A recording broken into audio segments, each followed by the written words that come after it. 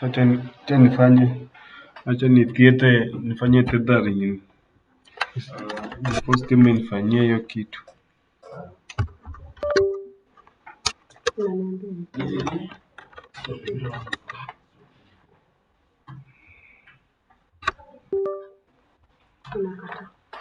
Cha kiasi tunasota.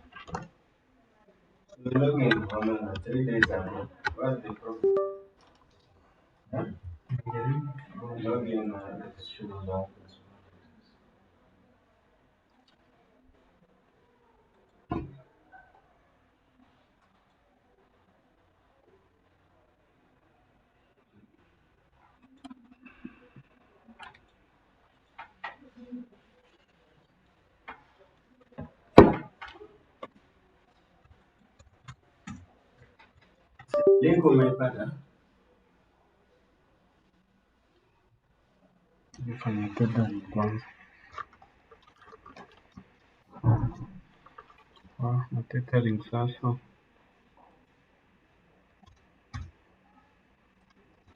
Sawa, tunaona kama itapika. Dictator alafu ni connect wifi.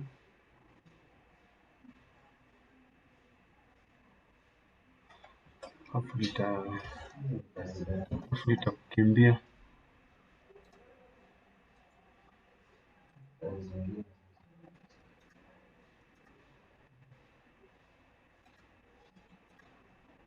Yangu imeconnect.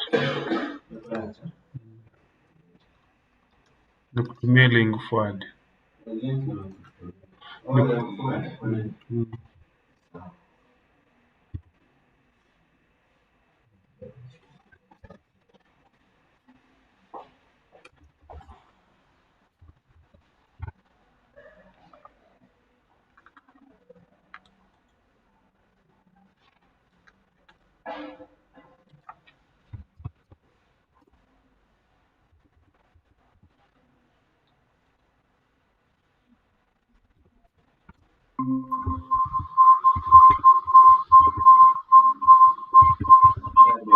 Join.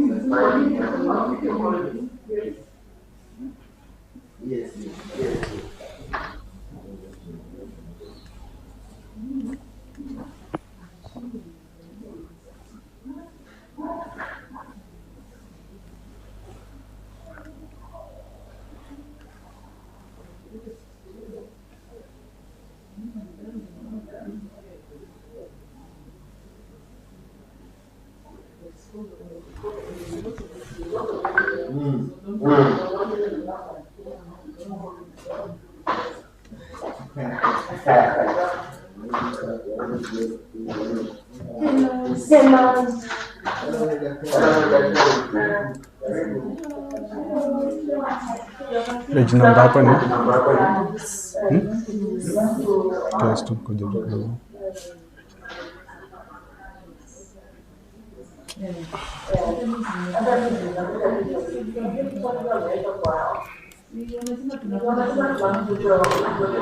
Acha tuweke.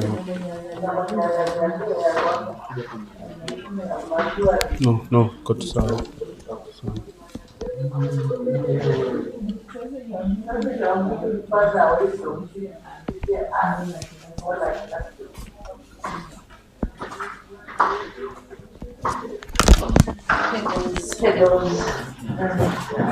Sasa. Sasa vile deski yake imejaa hivi na How are you?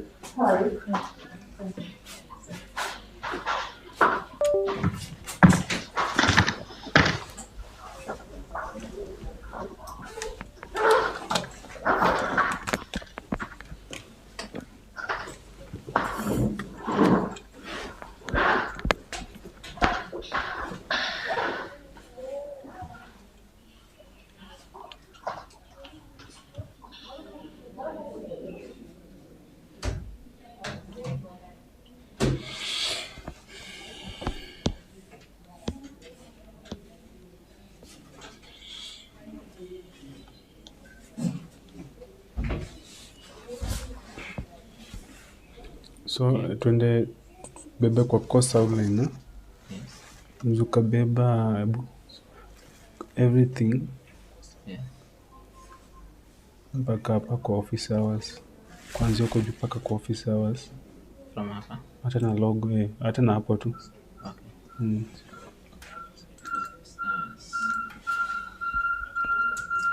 I copy.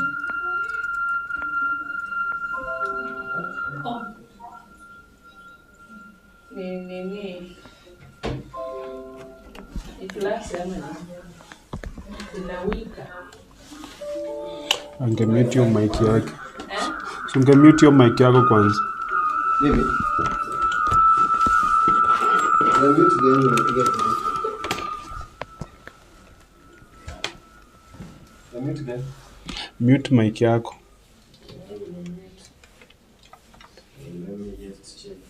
Ambia daktari ashare screen. Share your screen. Share screen to capture. Share so that we capture.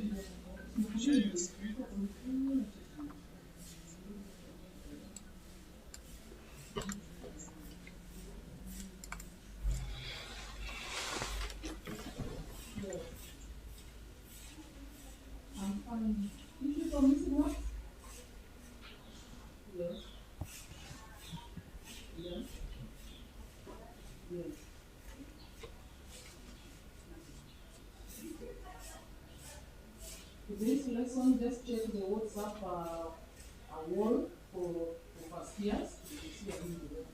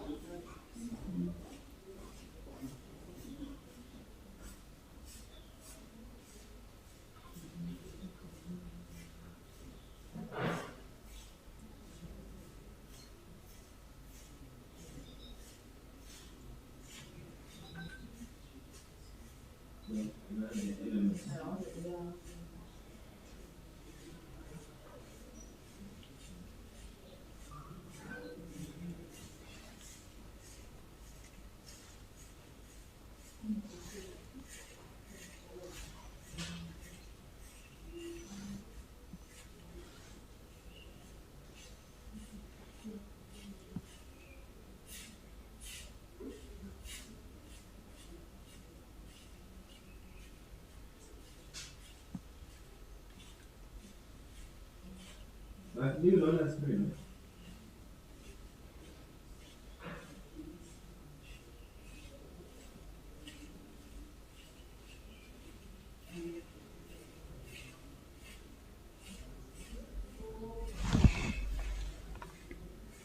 Make copy.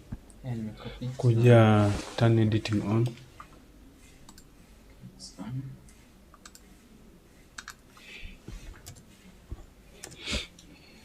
Click kwa hii the first 3 dots hapo. Hizo. This one. Click on edit section.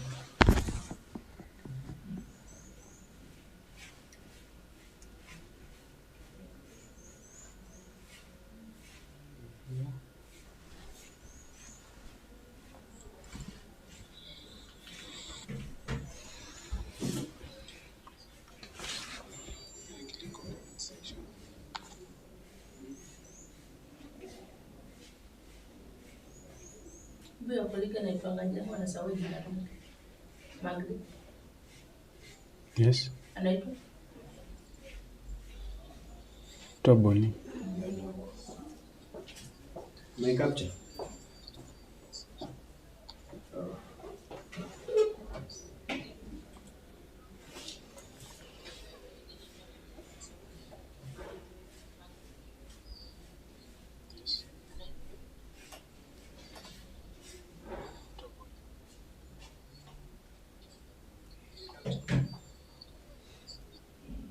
sasa huko kwa hiyo klasi hapo nisaidia kupika. Paste hapo. Paste hapo. Unajua Zoom sasa haifai. So we are trying to connect a lot of applications just to ensure kama inakuwa Zoom. Paste. Not paste. Save. Na sasa wameturusha klasi zetu hizo. To be some struggle. That's unajua it's unajua mambo ya nini? Procurement ya mtu. Not able to procure. Kila kitu imesimama. Kwa sasa. Sasa sisi tutasema we are not able to reach our students. We are reaching them, but you are struggling.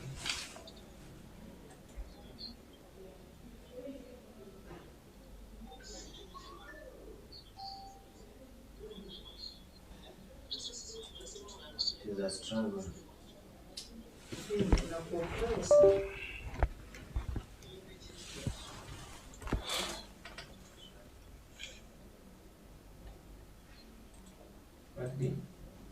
Hiyo link mimi inaniambia YouTube si. Imagine yangu. This video is restricted. Please check Google Space. Hiyo ndio itabaki.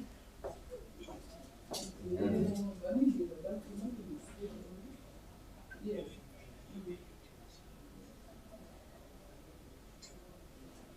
Yes, Reverend. Yes.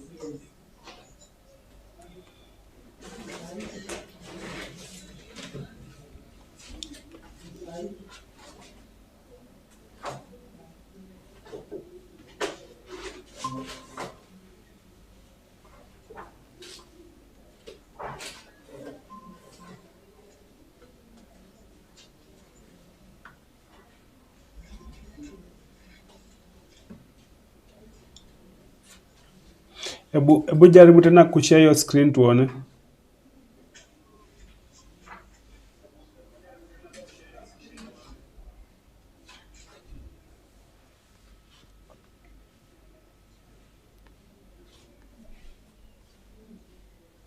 Sawa, sasa tuende kwa topic 1. Kwa topic 1. Click edit topic.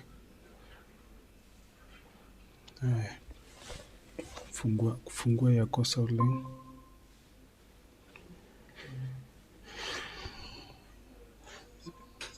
Scratching. So chukua topic 1, chukua scope and introduction of course.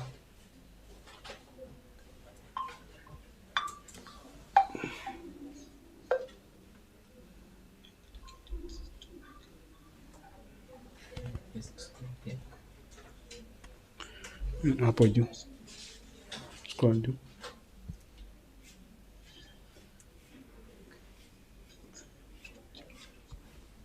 Click hapa course custom. Andika hapa week 1, iname as week 1.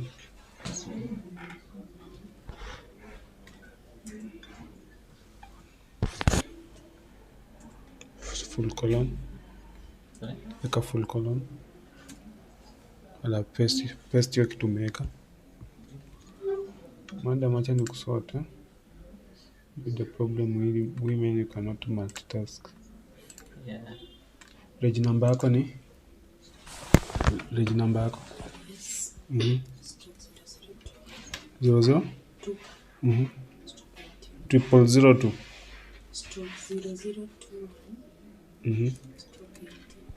18.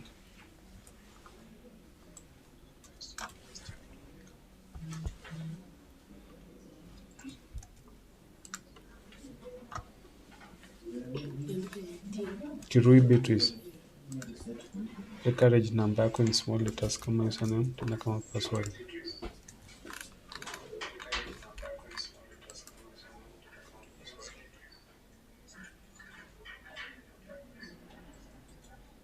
Na kama password.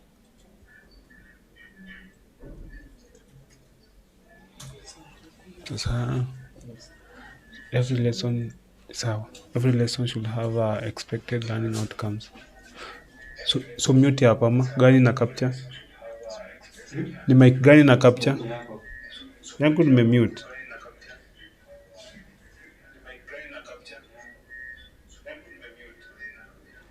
Ni OBS, tumeangalia OBS.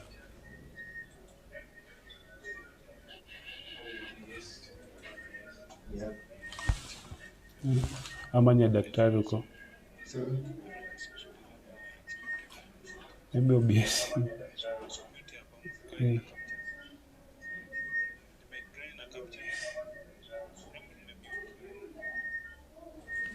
Sawa. Mimi nimewachia kila kitu, mimi niko live hapa na follow tu vitu mnafanya kwa screen.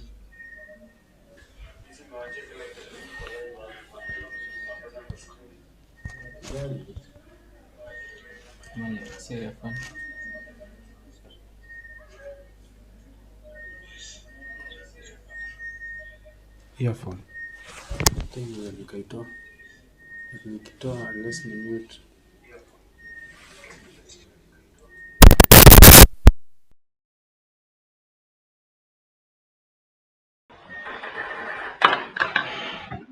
Sasa to copy purpose of the course. Copy.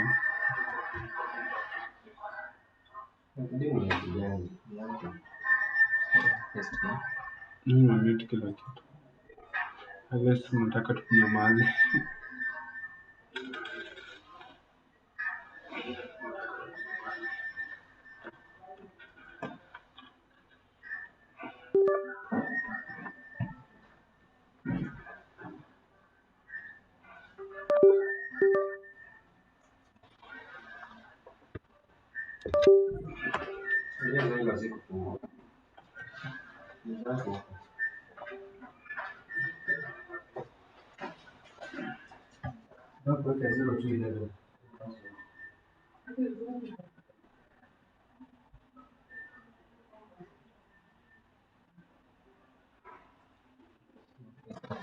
Sasa no, sio hapo.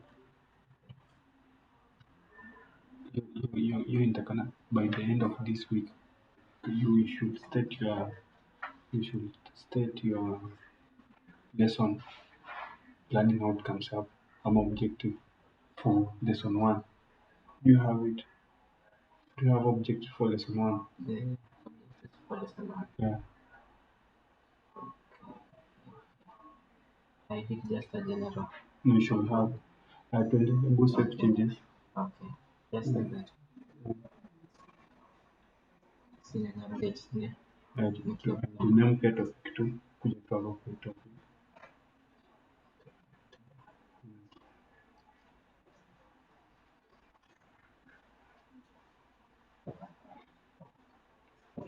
Yes. Sasa niko. Yes. That's it.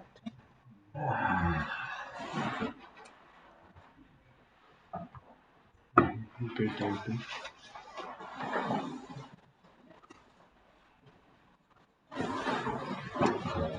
Anajisumbua. Inako tu sasa mbona.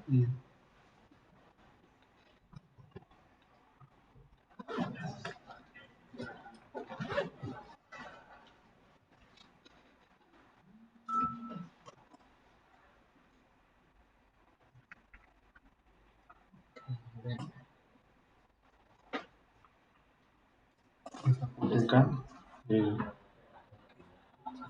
So I just save again.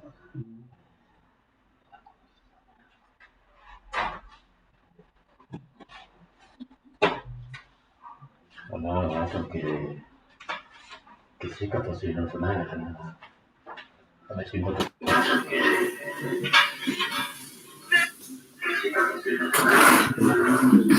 Try talking.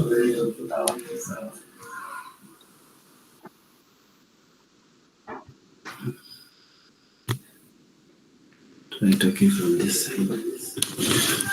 So, good afternoon, students, and welcome to this lesson.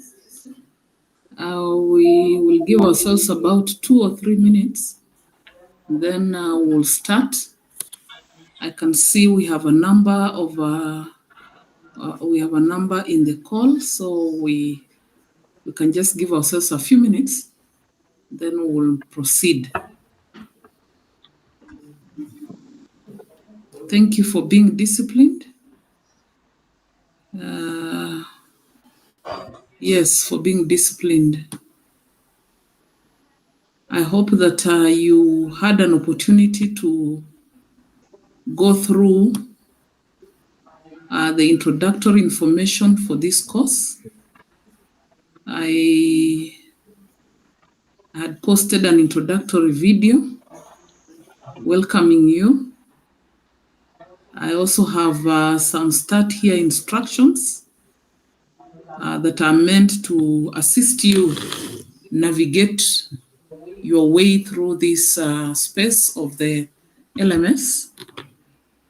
I also told you that I have put the course outline on this platform, and that just by clicking on it, you'll be able to see the topics lined up for you. So in the course of this course unit, we will be able to look at a number of skills which are supposed to assist you become a better communicator, both as a student, as a worker in future, and as a person in the social space. Because in all those spaces, we do listening, we do speaking, we have reading, we have study skills, we have writing, we even have library skills, and in an academic space, then we'll have examination skills. I remember saying that this course outline is a key document that you either need to download and have it somewhere where you can then be able to use it, or you can copy the information down in your book so that it can guide your reading. For example, I'm sure those of you who have been able to reach the library, you'll find that there are a number of books on communication skills. Even you that has been able to access Google, for example, and Google communication skills, I'm sure you came across a number of links directing you to information regarding communication skills. So to make sure that you're not reading everything and that you are not just being overwhelmed by information, because you can also be overwhelmed by too much information, the course outline is supposed to give you a breakdown of what you need to focus on. And so our focus is limited to those particular skills outlined. They were selected because they are going to guide you. They are going to make your communication effective, especially in this space. Below, after we have talked about the assessment or course evaluation, it's important for you to know that we also have core texts. Some are found in the library. Some are online. We also have supplementary texts. Again, some could be in the library and some could be online. So take time and look for those books. But you can also, being a techno-savvy student of this generation, you can pick those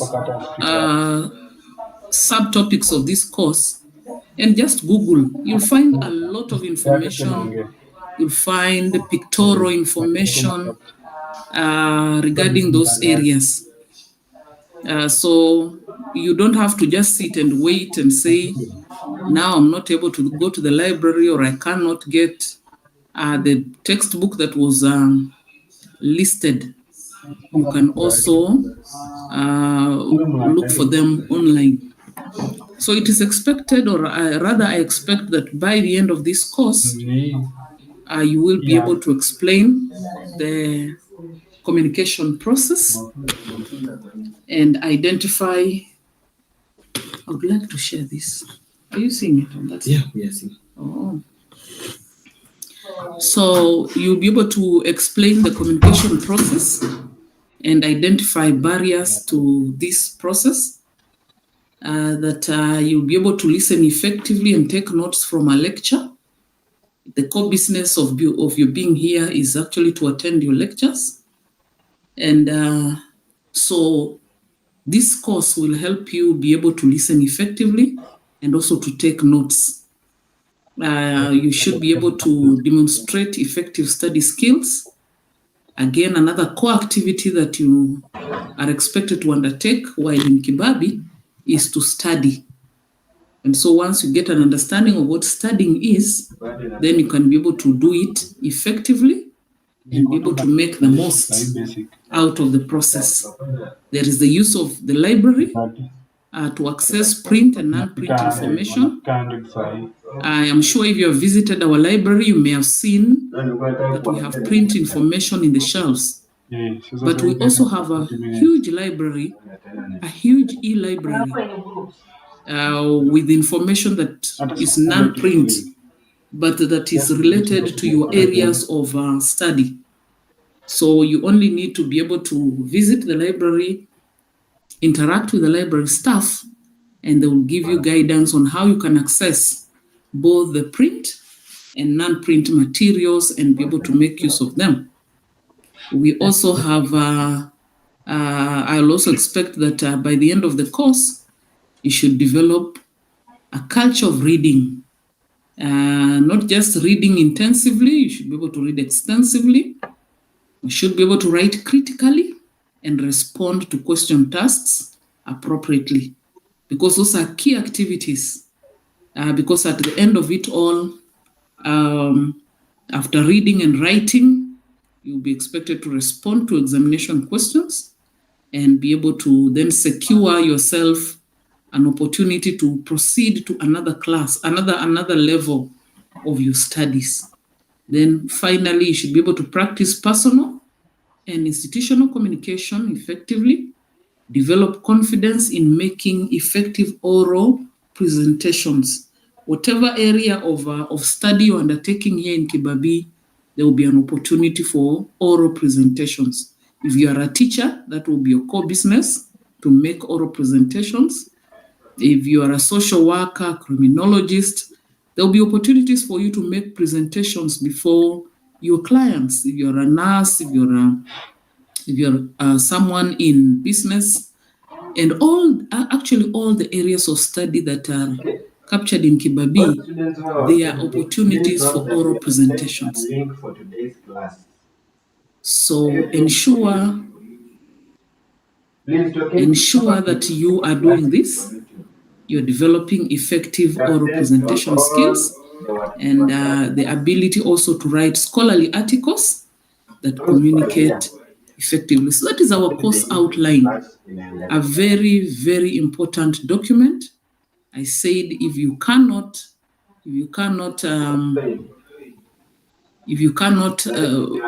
download it, then just print it, because it is a document that will help you in the course of your studies.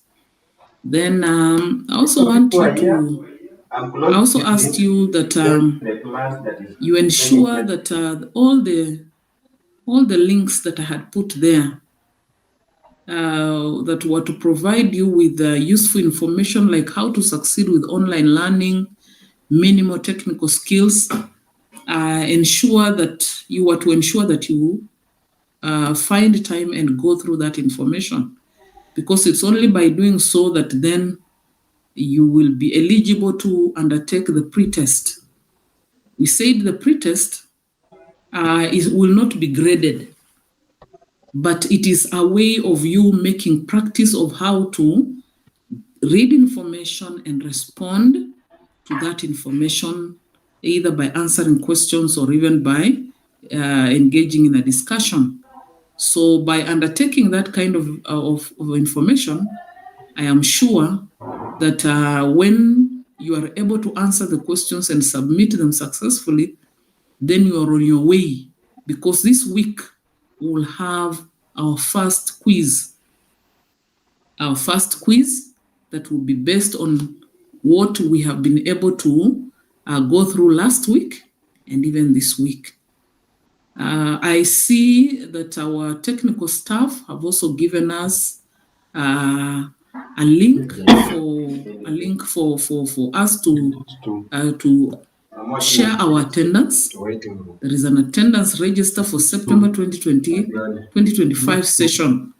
And they say click the above link and record your attendance. So kindly make efforts to do that, because that is part of the information we require to be able to judge whether you have attended 80% of your lesson. And 80% means that you've been able to come to class, you've been able to do the assignments, you've been able to engage in the discussion, in the chats, and all that kind of thing. So if you do not record your attendance, then you're telling us basically that you are not part of this class. And if so, then there is a possibility that you may not be eligible to undertake our exams. So in our topic one last week, I'm just doing a recap. In our topic one last week, we looked at fundamentals of communication. We looked also at elements of communication. And I remember sharing that we have models or pictorial explanations of how the communication process happens. Because communication is an issue that has always attracted the attention of scholars. So a number of them came up with models or explanations. And this kind of information is important for you also, because by looking at those models, looking at those definitions, we also have what we call implications of the models, implications of the definitions. And I know that if you wrote your notes last week, then you wrote some of what I'm talking about, or if you downloaded them, then you saw some of what I'm talking about. Then we have some other links that I've given there to help. For example, communication skills for nurses. You realize that nurses will communicate slightly different from how other people will communicate. Other people, like teachers, have their own unique way of communicating. People in the space of business will have their own way of communicating, but nurses will also have their unique way. And so those who are taking nursing on the platform should be able to look at that. So today I want us to look at topic number 2. In topic number 2, let me see, looks hidden.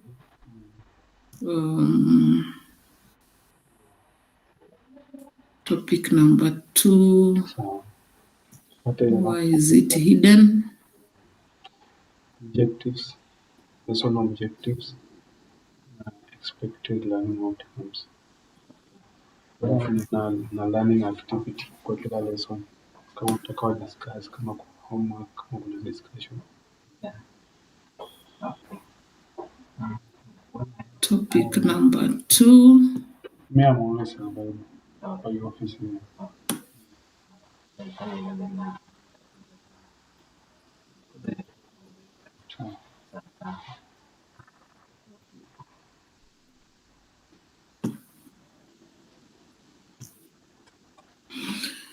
So I have a challenge of being able to share of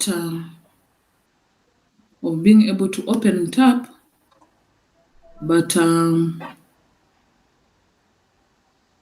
topic number 2 is about channels of communication. And the channels of communication are basically divided into 2: those that use words and those that use non-verbal signs. That means they don't use words at all.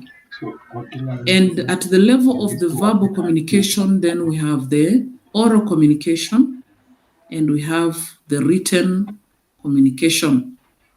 At the level of non-verbal communication, we have body language and also expressive behavior. We also have expressive. I wanted to. Are you seeing this? Yes, yes. Okay.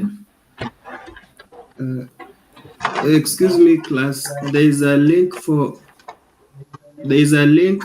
the LMS for attendance. It's at the top of your LMS. Let's just demonstrate.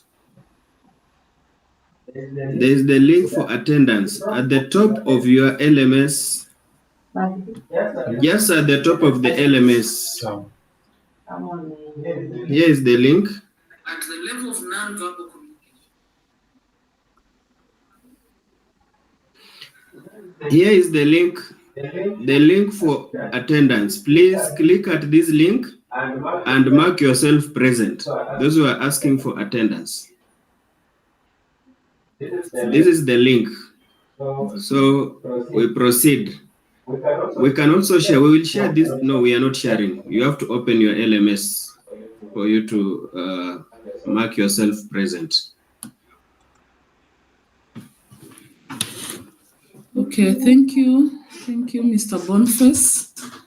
So we need to mark ourselves present. So I was saying today we are looking at these two, the types of the channels of communication. Remember last week when we were looking at the elements of communication, we said we have the source, who is the person with a message. And with the message, which can be some piece of information, it can be a feeling, it can be an idea that needs to be shared.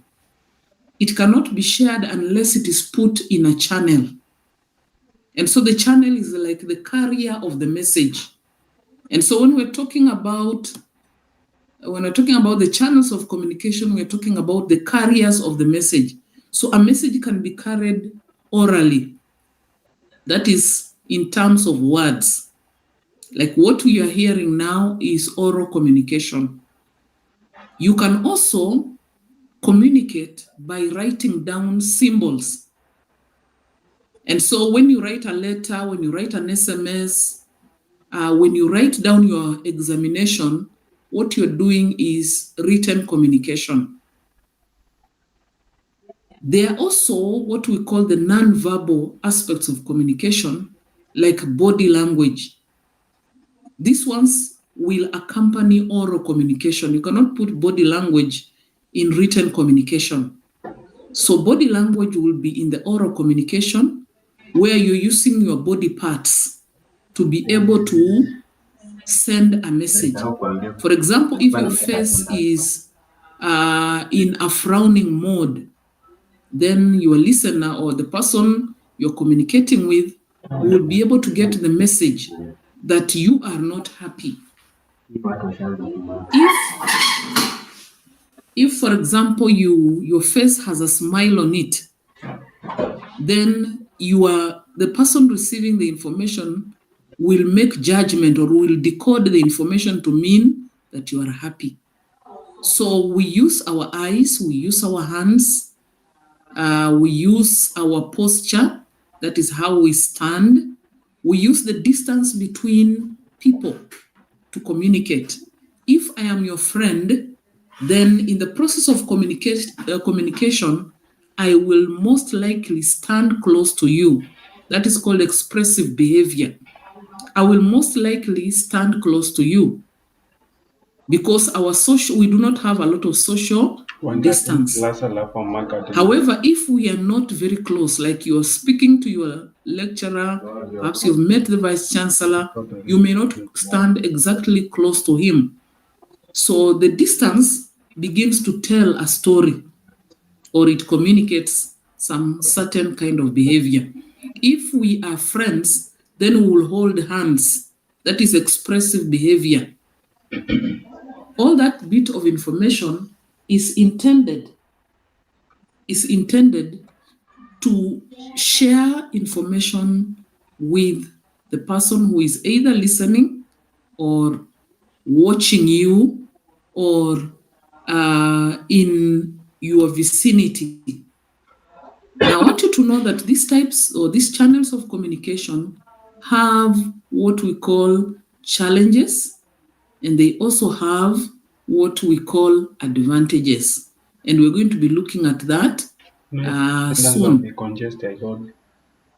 Our discussion topic for this week, and which I'll want you to respond to after I open, is I'm asking, share your thoughts about the issue posted in this discussion forum. And I'm asking, in your view, which is the most effective type of communication that can be used to share ideas, feelings, and information, and why do you say so? So I've given verbal communication, written communication, and non-verbal communication. So you will open, when I open the space, you will then be able to share your views about what you think regarding that topic of discussion. Now, I said that all these types of communication or these channels of communication have what we call the advantages, and they also have challenges because each one of them has what can be called a limitation. Sometimes they can work together, but there are also opportunities where you can only use one. For example, if you are writing information you want to share with a friend who is at a distance, this friend cannot tell how your face is looking like. But they can be able to they can be able to get an idea of your emotional state from your choice of words. On the other hand, if, for example, the person you're communicating with is blind or is deaf, then the kind of communication they will require will be one that is suitable, one that can be able to bring information close to them. And that is why each one of those aspects of communication or channels of communication has advantages, and it also has limitations. And those limitations are what you need to play with as a communicator. A good communicator will not just use one. For example, scholars say that non-verbal communication speaks louder than oral communication.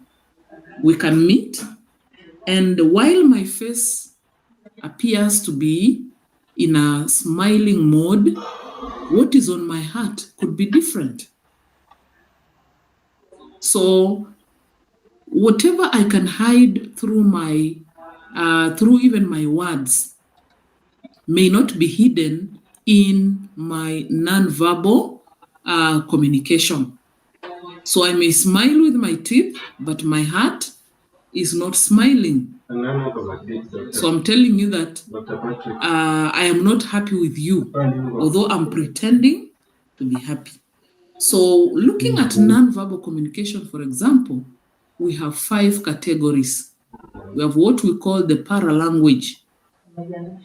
Those are aspects like the tone, the pitch, the rate of speech, of a language, and they are used to reinforce verbal information. If you are listening today to a presenter, let us say a speaker, and they spoke very quickly, you are likely either to lose some of the information, or you're likely to get information because of the rate of the speech. If you're sitting far away in a room, then you will most likely benefit if the speaker can raise the volume of their voice. A lower volume will cause you to lose some of the information. So these aspects of the voice, that is the tone, the pitch, the quality of the voice, are important in helping to bring out information to the listener. Then we have the body language. This is what I've been talking about, the physical appearance, the facial expressions, the gestures, and the posture. Take note that even clothes, the jewelry, the grooming are a means of communication. So that if you are brightly or you're dressed brightly, in bright clothes or in big jewelry, communicators will tell you that what you're trying to do is to appear visible. You are interested in being visible. That is why you have used bright colors, you have used big jewelry that cannot be missed by whoever is looking at you.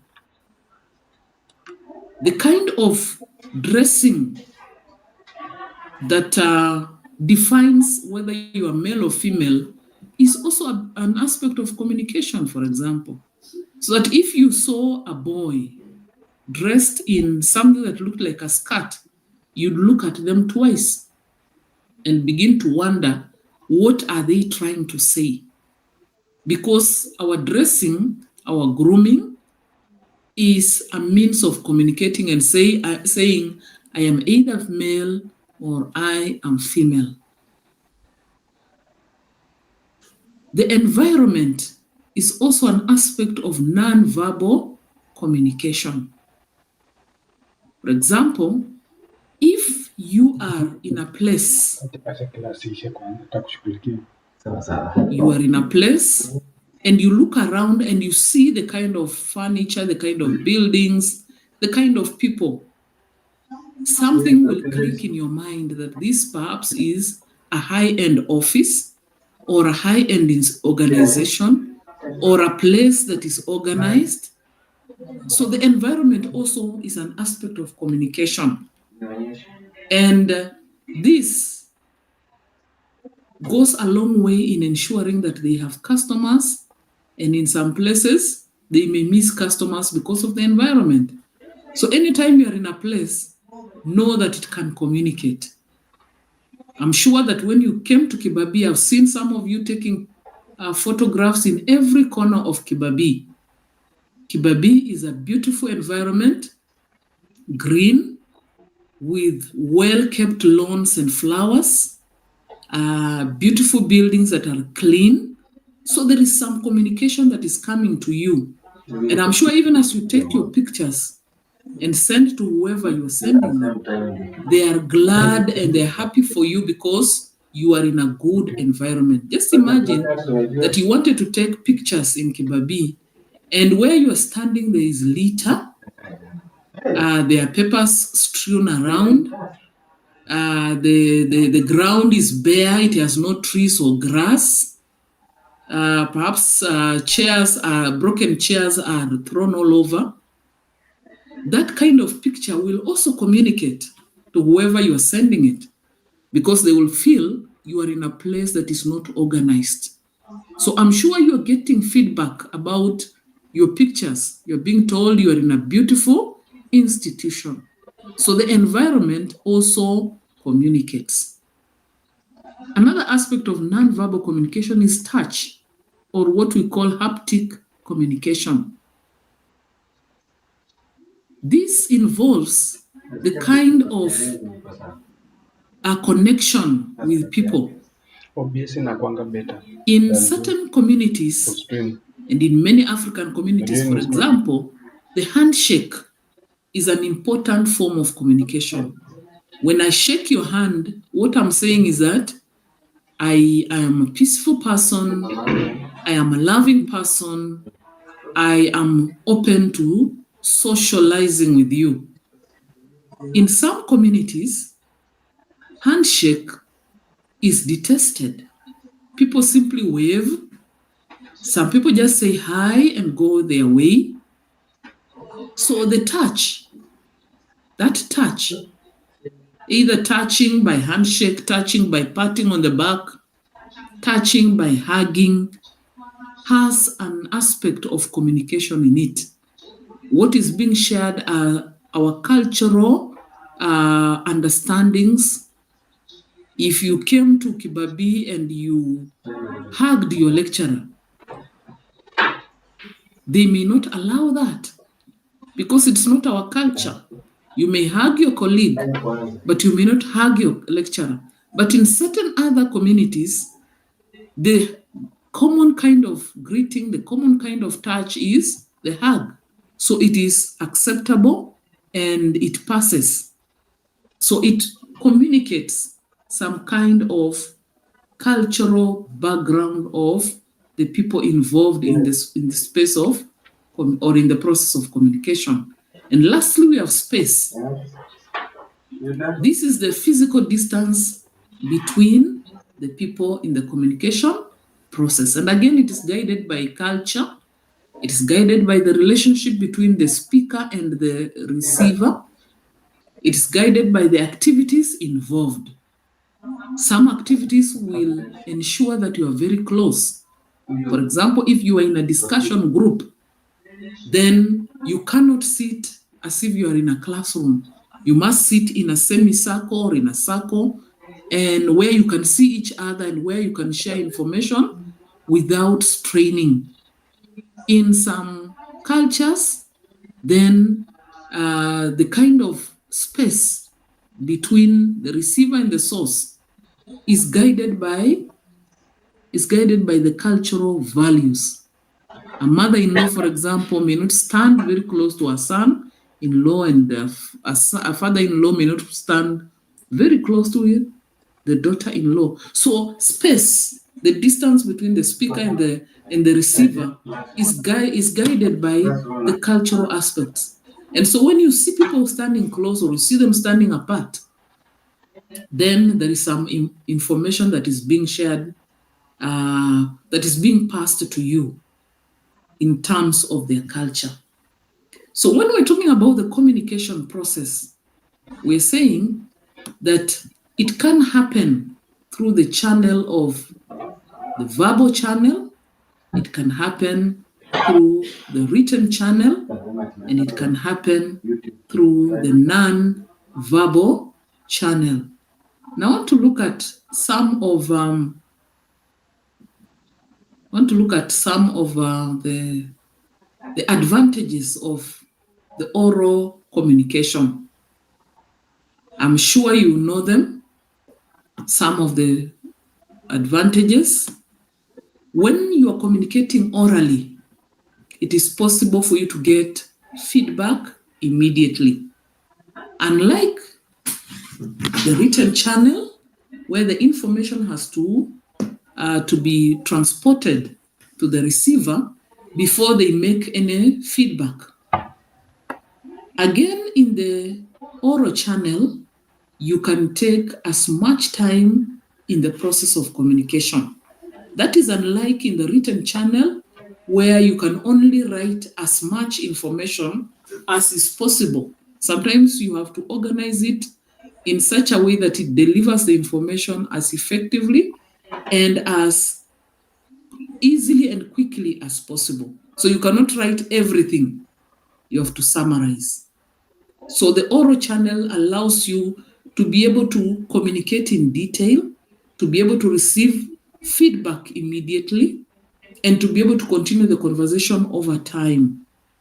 You can also, during oral communication, you can also be able to see the non-verbal aspects of communication. You can see the way the person is using their face, their hands, the distance between the two of you, and all that kind of thing.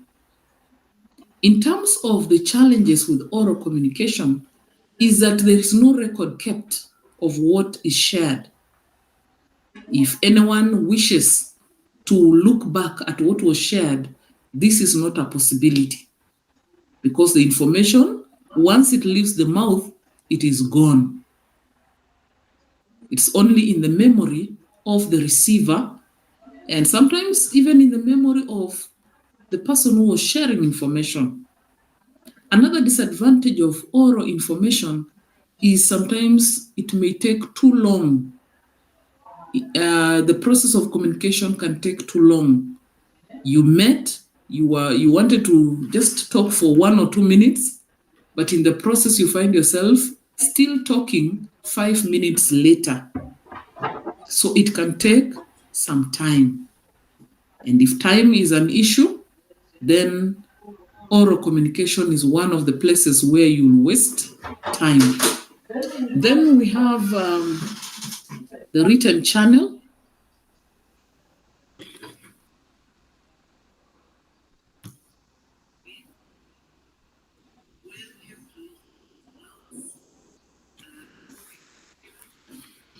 So we have the written channel. In the written channel, we also have what we call,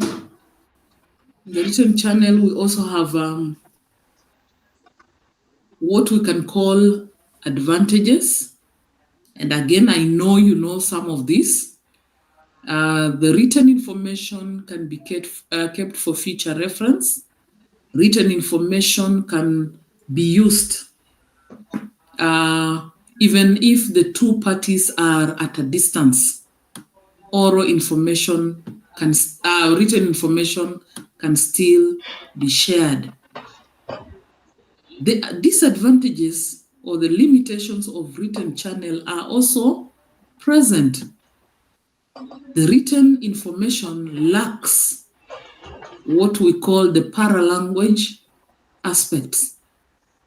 It will lack what? It will lack body language, that is the physical appearance, facial expressions, gestures. It will lack tone, pitch, quality, so that when you are reading, it may appear flat. It's only good writers who will ensure that they can bring aspects of this in their writing. But the likelihood of you getting it depends on how keen you are to read between the lines. Written communication also requires that you spend some amount of money in getting the paper and in transporting that information, either through the post office or as an SMS or an email. So there is a cost attached to sending written information. Those are just but two advantages and two limitations of the written communication. I wish to ask that you look for more, because this is one of my favorite questions in the exams, where I require that you provide an understanding of the advantages of each of those types of communication and even the limitations of those types of communication. Then we have the non-verbal communication.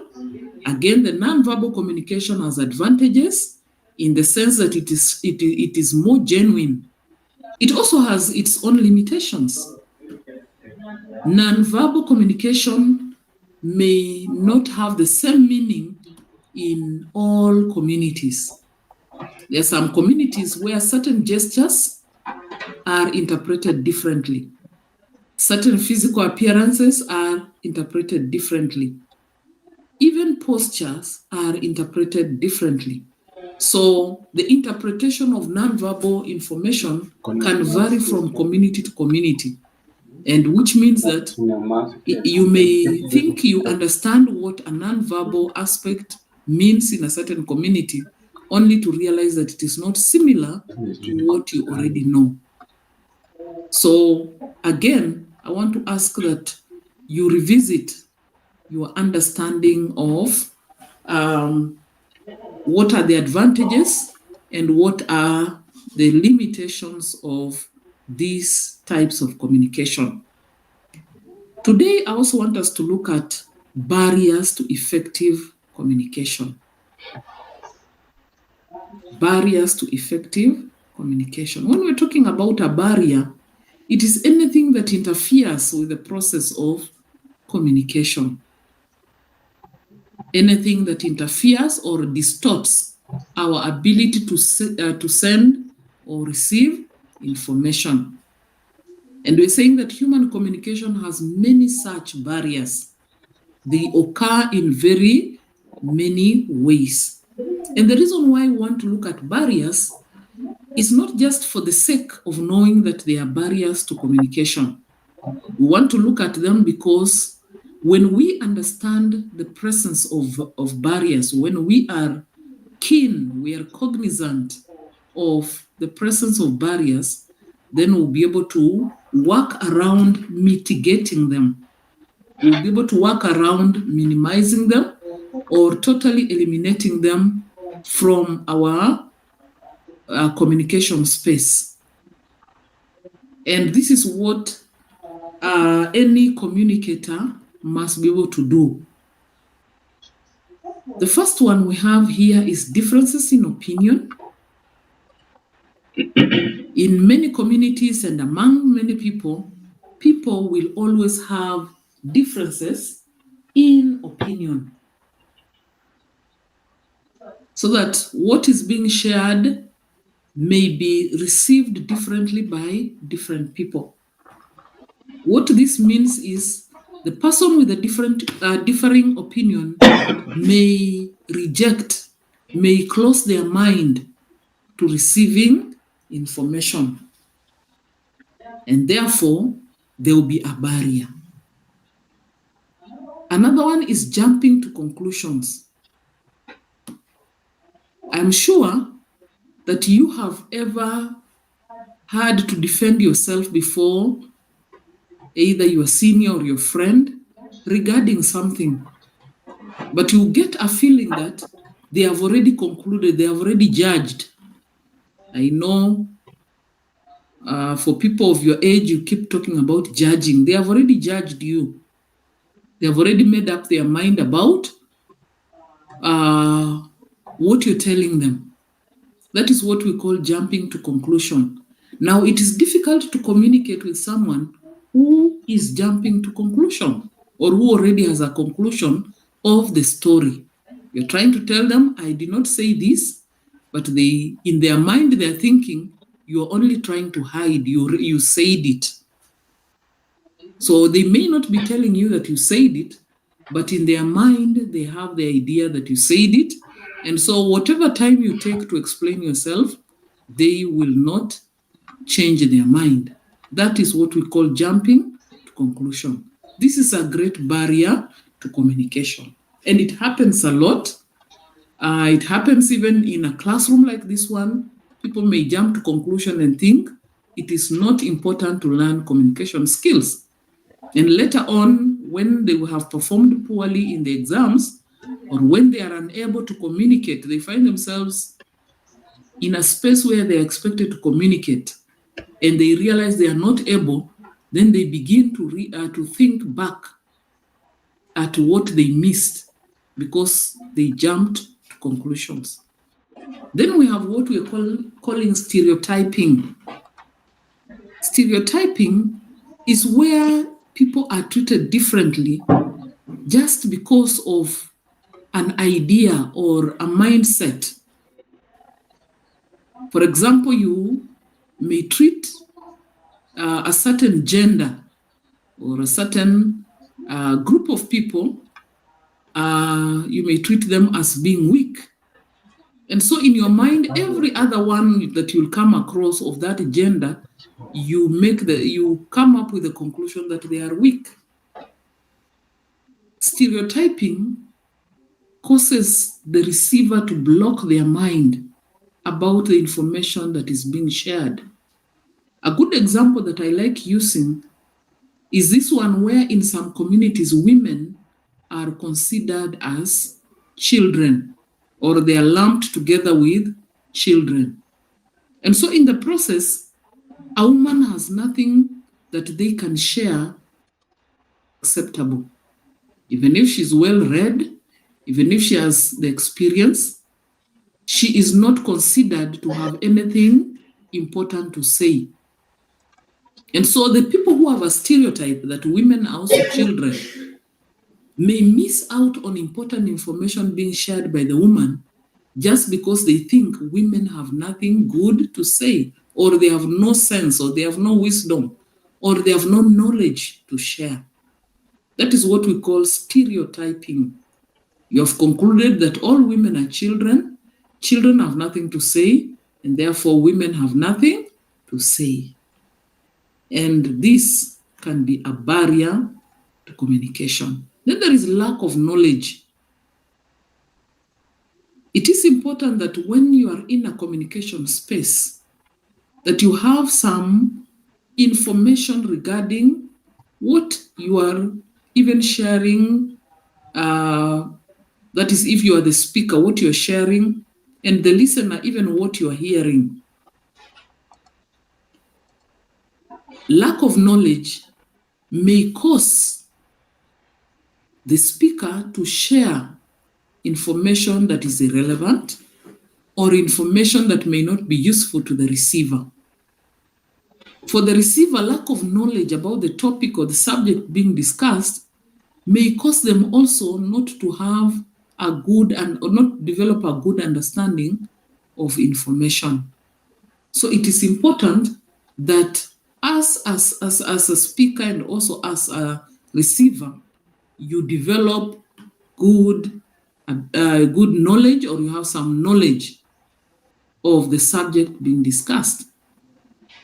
Another barrier to communication is lack of interest.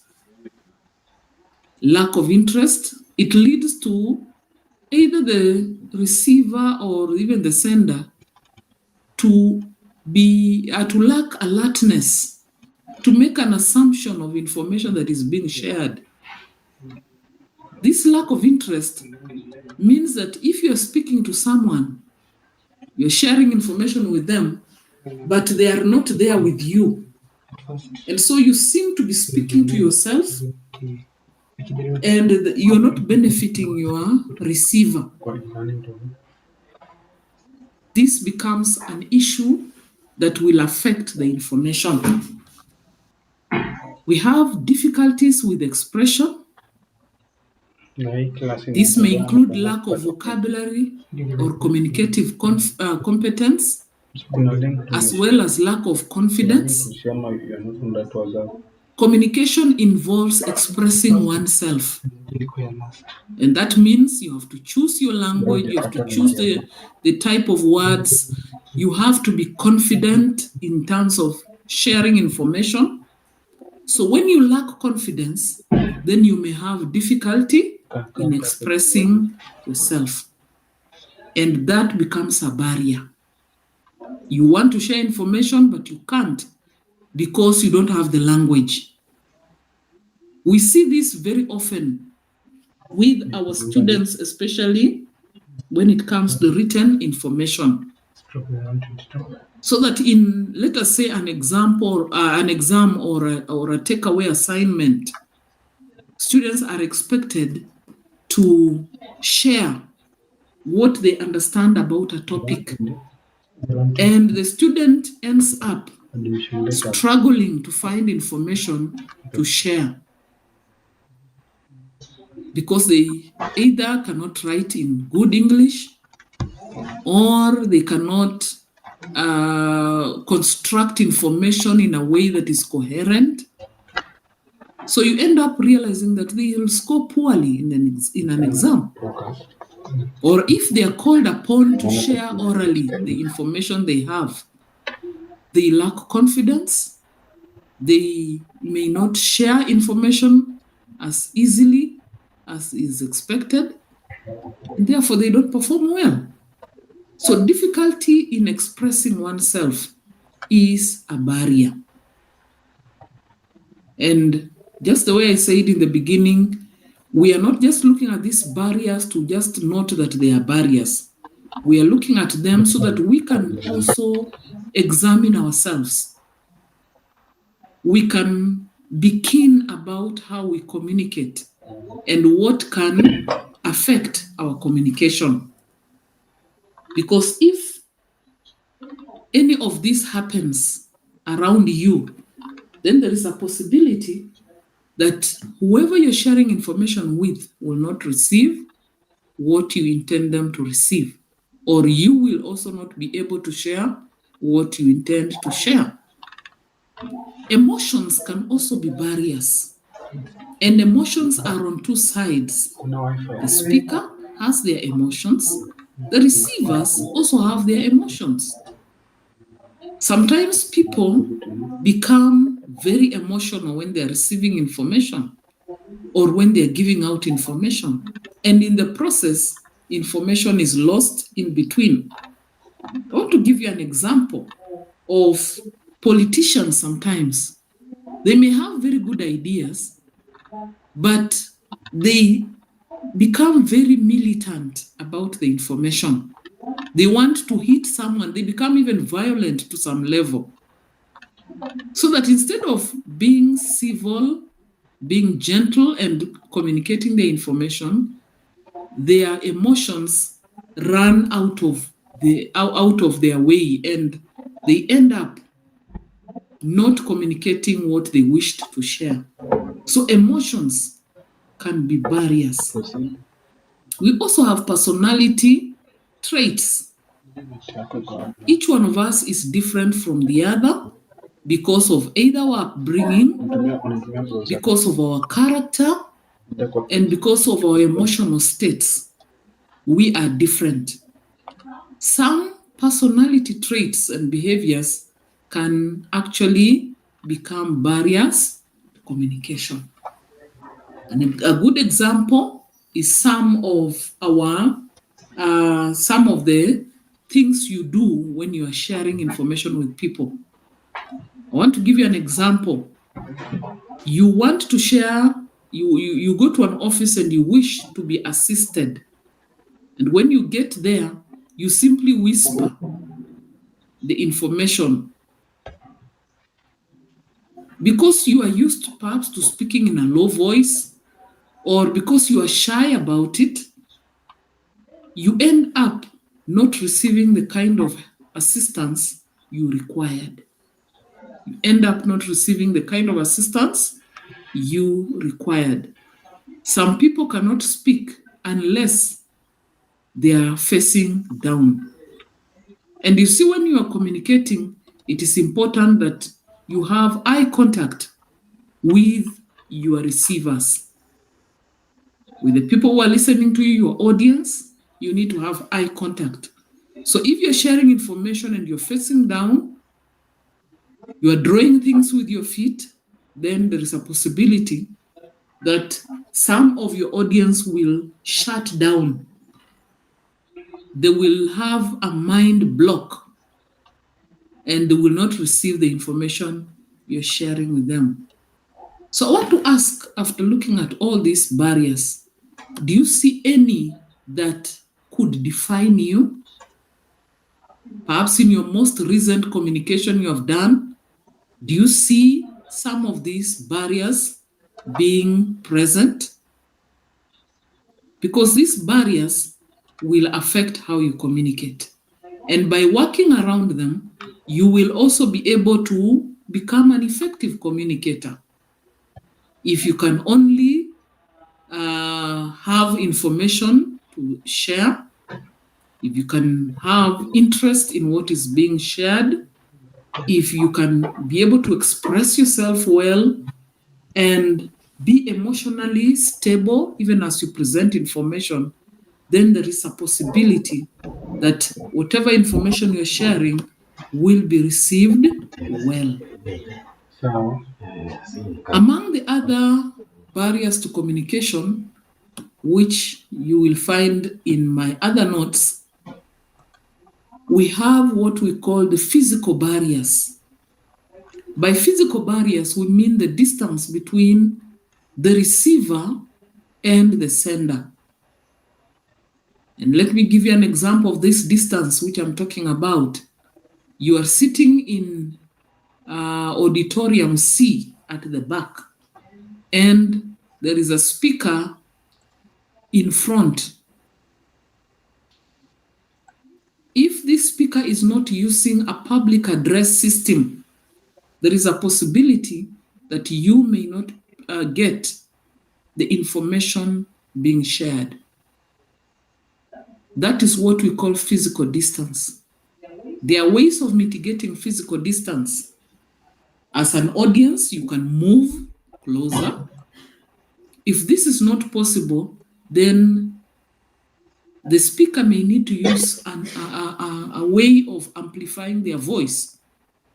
Perhaps use a public address, perhaps increase the volume of their voice, perhaps use, in addition to the verbal information, use non-verbal communication, project the information.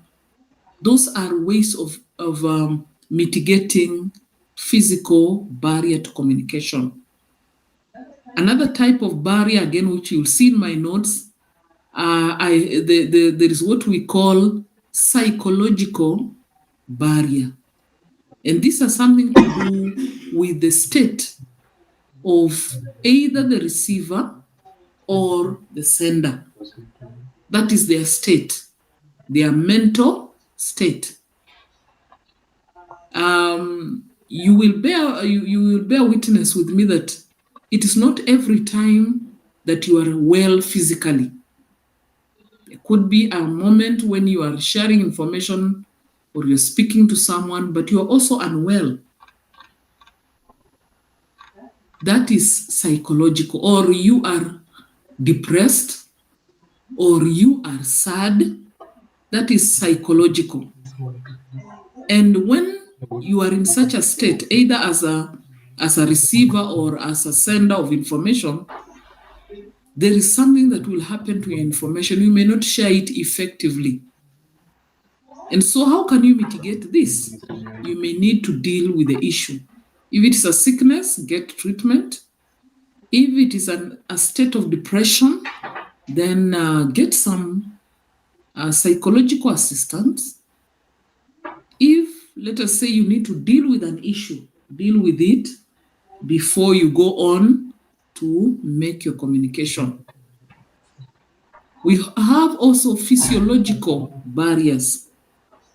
These have something to do with the way in which the human body is operating. There are those that could be blind. We have those that could be deaf and have perhaps a number of challenges in their state. Those states are actually barriers. So that for the blind person, you may not share written information. For the deaf person, you may not share oral information, and even the written information has to be the specialized kind that can then be read by this person.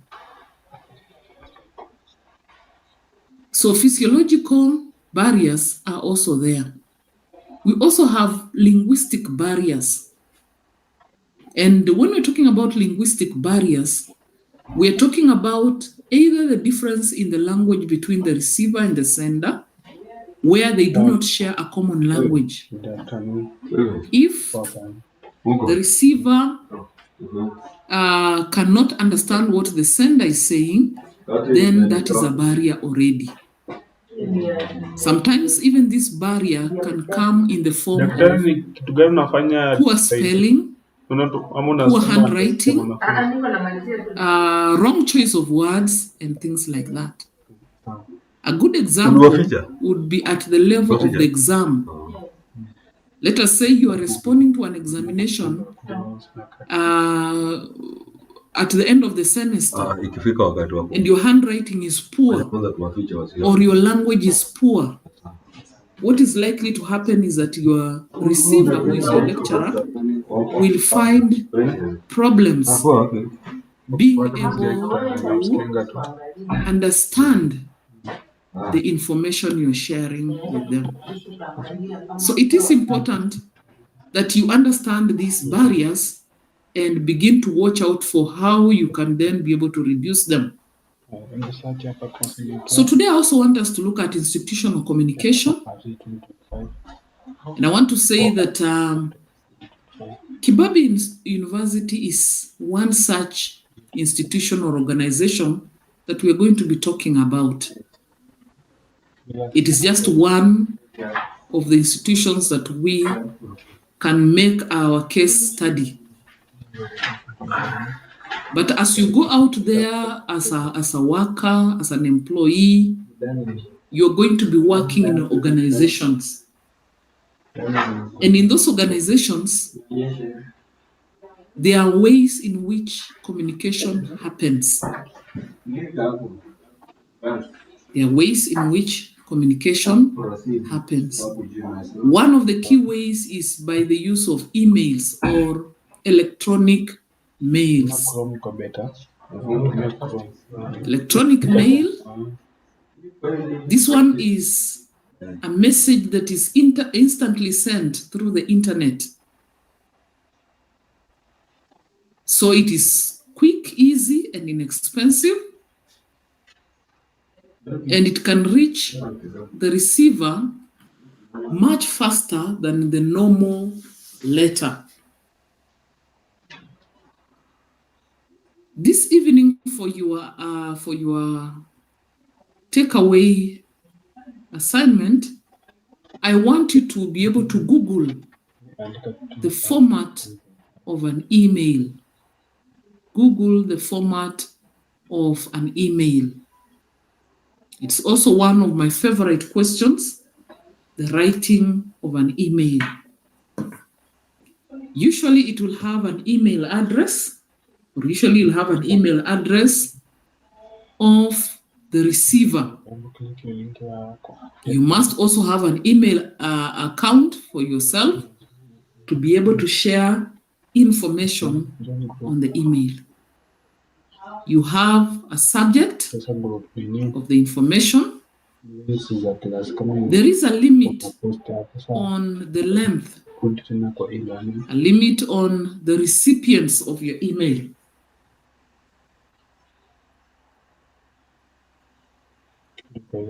As you write your email, you may need to check the contents, the content of your email, the kind of language, the spelling, the grammar. Because again, even in the email, you are communicating. And poor spelling, poor grammar will mean that the information will not be received as intended. The other type of communication that happens in an organization or an institution is the memo or the memoranda. This is a way in which organizations communicate to large numbers of people. For September 2025. In an organization or an institution like Kibabii, you will find our communication majorly will happen through the memo. The memos are all over on our notice boards, providing information about what is happening, what is expected of you, what is the direction of an issue and such. Usually the information comes from one particular person and it goes to a number of people or a number of recipients. It will give instructions, it will give directions, it will address issues in the organization. Yes. So depending on what is being communicated, the language will usually be simple and straightforward. To enable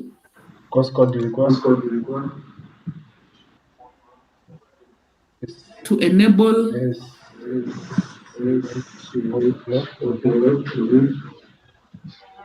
Mr. McDonald, kindly mute.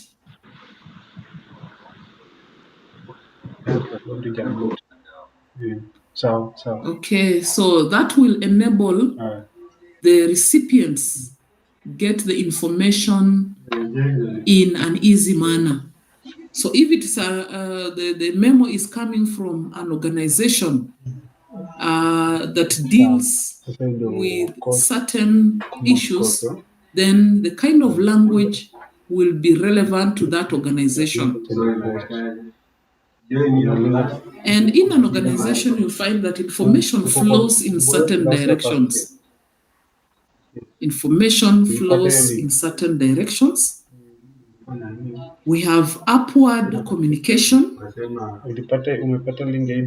This is where you communicate with the people above you. In an organization like Kibabii University, the people above you will begin from your class rep, moving to the lecturer, moving to the chair of department, moving to the dean, moving to the registrar, moving to the DVC, moving to the VC himself. So when you are communicating with all these people, you are doing upward communication. Upward communication demands that the information is formal. That means whatever you're writing, whether you're writing an email, whether you're writing an SMS, whether you're writing a WhatsApp message, it should be formal. It should have the kind of information that is respectful and that does not beat about the bush. Then we have lateral or horizontal communication. This is communication with people who are on the same rank or the same age or the same class. For example, your classmates, you will do horizontal communication. So you're sharing information at your level. Then we have downward communication. If you're in an organization, let us say, where you are a boss, then the people below you below your rank are the people you'll communicate with downwards. We also have what we call internal communication. And this is the kind of communication I was talking about when I talked about the internal memo. It is communication that happens in a company, in an organization, where information is shared amongst the members of that organization. That is internal. Then we have external, where information is sent outside the organization. And again, very formally, it should have language that supports the information being shared. Then we have cross-cultural communication. This is information done by people from different cultures. And it must therefore have the communicators must have an understanding and a respect of the cultural differences. I know that during the orientation, the VC's address, he spoke to you about opportunities for some of our students to go out into other universities, other nations of the world. Usually it's for a 3-month period. It is called mobility, student mobility. So when you are out there, you are living among different cultures. So the kind of communication that has to happen must take into consideration cultural differences and respect for the other cultures. I'm sure on campus you've seen other races, and you'll continue to see more of such, because we also have students from other universities in the world also coming to Kibabii for a period of time. So when you interact with them, you're interacting with them in what we call cross-cultural communication. Communication with understanding and respect of cultural differences, so that then you do not offend the other and you're also not offended. And then we have what we call grapevine communication. This is information that spreads randomly in an organization. In street language, we would call it gossip. That means information is passed informally. People share information informally. You cannot quote someone anywhere. Neither can you use such information as a basis of an argument, because it is informal communication, informal language. So I want you to know that these are aspects of communication which are found in any organization, in any grouping of people. When people are together, you are likely to realize that communication will happen, because communication means that people are able to share and to receive information. People are able to share and receive information.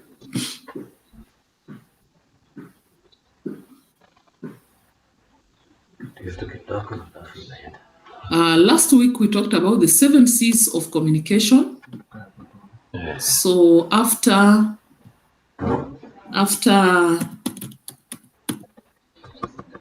this lesson, I will be able to open up the information and you'll be able to see what we have regarding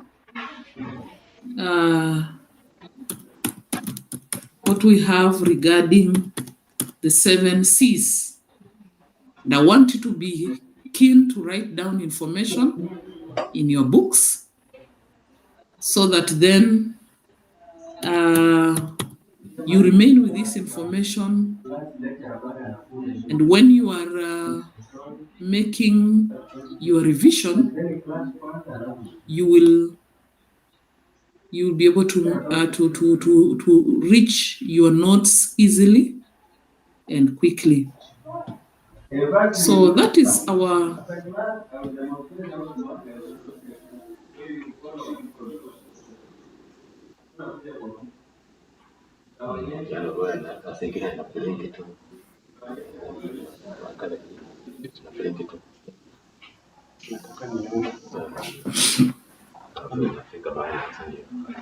I'm in an online class.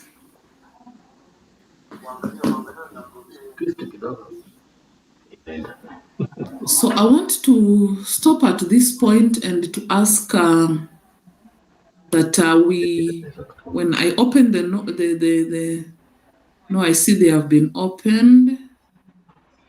No, they have not been opened. When I open topic 2, you will be able to see all that I'm talking about. And I've also made an announcement, those who came in late, that at the end of this week, we'll have our first quiz. I'll be able to set the time.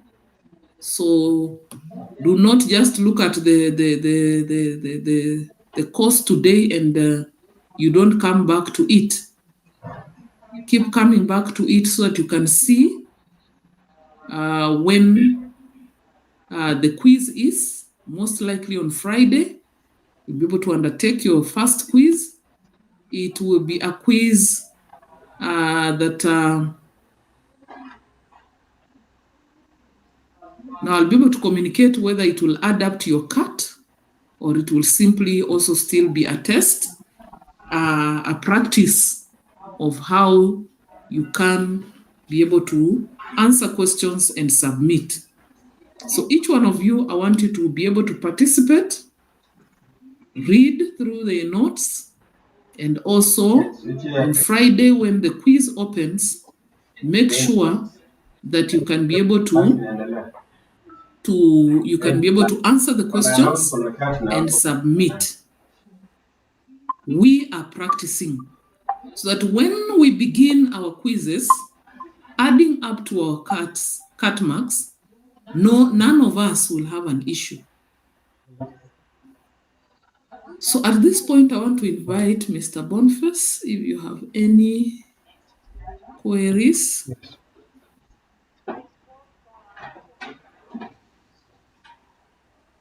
Oh.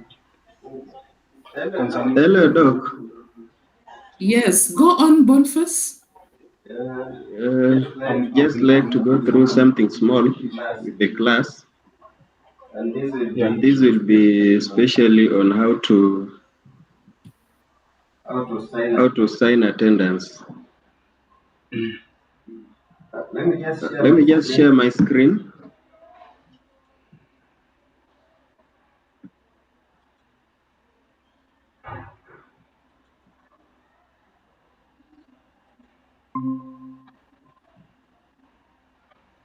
Hebu login na credentials za mwanafunzi.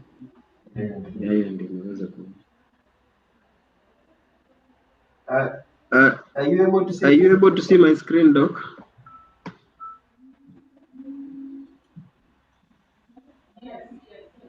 Yeah. Okay, to class members, I just want to show you how you can sign your attendance. First of all, you have to open our e-learning portal. I'm repeating, I hope you are following up. Those who are seeing maybe the screen is small, please turn auto rotate of your phone and then let it lie horizontal so that you can see the screen in full. Wale mmeshikilia simu ikiangalia juu, it might not help you. Just auto rotate the screen so that you are able to see this whatever that will be taught. Hata wakati wa class, during classes, always have that for you to be able to see. I saw some of you are asking for that you could not see clearly the screen of the lecturer. Tuliongeza deni kidogo, but that was the challenge that you people were having. So please auto rotate your screen. To log into our e-learning portal, the one that we are calling LMS or whichever. Let me just have this. Let me pull something here, Microsoft Word. Kuna wengine bado wanauliza what is LMS? LMS inapatikana wapi? Please, you have your colleagues who are already moving ahead. Contact them. Takusaidia. This thing called LMS is the same as our portal, e-learning portal. Let me increase the font. It's the same as e-learning portal. So when you hear of LMS, it's just the same as the e-learning portal. So what you need to do is you need to log on to our e-learning portal. We gave you credentials. Your credentials are the username. The username is your registration number. Registration number in small letters. That is the username. Same to the password again. Password is your registration number. Is your registration number in small letters. For example, EDA stroke 00. Base yangu nikai na capture. Stroke 00. Let me just check. I'm being told there's an echo. Stroke 0024 stroke 25. Make sure you have these strokes, these ones. These are part of your registration number. You miss out, then you won't get whatever we are talking about. So a complete registration number will look in this particular format. So make sure you are having it as expected. I want to give an example of, I want to log in as this student and then mark the attendance. So to mark attendance, I hope someone has not changed. Now, our learning management system, you go to your app like Google.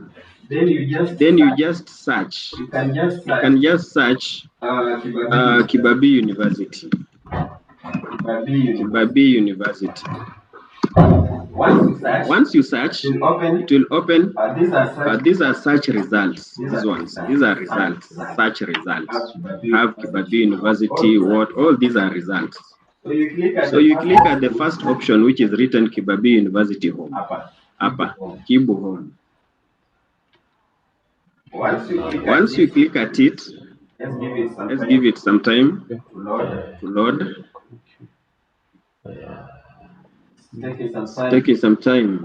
I don't know with the internet that I'm having. Kuna kenya wifi iko Google. Tukanaweza kuifungua tuichomoe turudishe. Okay, it's taking some time. If it's taking time, there's another option. You can say Kibabii University eLearning. You can Google Kibabii University eLearning portal. Kibabii University eLearning portal. Then you pick this option that is written Kibabii University eLearning portal. Now, once you click at it, this is how it will look like. Let me just log out. I had logged in. Let me log out. Then I come and search for a course. Those who don't know how to even enroll, I come and search for a course. When you scroll down, there's a place where it's written search courses. Just search KUC 1110. Search. Press enter or whichever. Then you will see it here. Also make sure that you can see the name of your lecturer. This is very crucial. Some of you will come later on na kuuliza lecturer wako alikuwa nani, unasema haujui. That is being an irresponsible student. The lecturer for this course, he had to make a happen. She's Dr. Irene Simiyu. You click at the course. This one. This is the link for the course. Don't click at the lecturer name. You click at the link of the name of the course. This one. KUC 1110. Then you'll be asked to log in. Log in. I'm using EDA/00. I don't know if she has enrolled. EDA/0024/25. Then I'm going to use the same as the password. I'm praying that she has not changed the password. Okay, this one has already changed the password. Let me try another one. BJM/0055/25. No, these ones maybe they have not changed their password. Then click at login. You see. Now this student has not even changed the password, which is very bad. We said you have to change your password so that no one enters your portal without your consent. Once I log in this way, I go to the course here. At the top here, there is attendance register for September 2025 session. Upper. Attendance register. So you click at it. In fact, we've even given you a caption here. Click the above link and record your attendance. So you only need to click. All these links, those who are coming that they want notes, all these links you are seeing, these are just notes. You need to click at them, they will open, and then you see the notes. Don't come asking for notes. Don't go to WhatsApp groups that someone has posted notes there. Mtu atapost chapter moja, hata kama haiko complete, then it's you who will have issues when you are taking your exams, because you will have incomplete notes. So all the notes will be available for everyone on the portal. So click at this link. Let me get back. It's here. Click at it. Under there, this student has already marked attendance. So let me just create a new student whom we can use to demonstrate on how to mark attendance. 0001. Okay, there is a student here that I want to use. There's a student here that I want to use. BAB. Usiseme register number. Just log in. Let me log out and log in as another student. BAB 001. BAB 24. I'm logging in again so that you can be able to see. Not going through. Password. Let me check for another student. This one is not going through. Let me check again.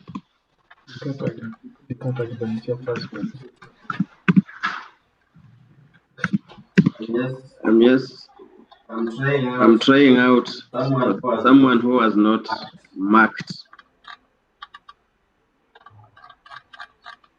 It's not going through. Just hold on for a while as we look for someone who has not marked the attendance. 001. BRB ka BRB. 001. BRE 001. 0001. 22. No. Your attendance is not limit to only September class. Unaenroll kwanza. Nataka mwenye ameenroll kwa course. Stock 20. So log to alafu enroll kwa course. Okay, let me just log in.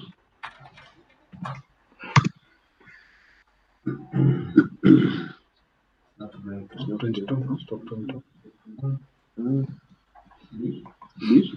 BRB 001 stock 22. Just hold on. You'll hold on because some of these things, once they pass you again, you will come. Okay. I've already logged in. Don't worry about this. This one we had limited on these students that you must change your password for you to proceed. So let me change the password first.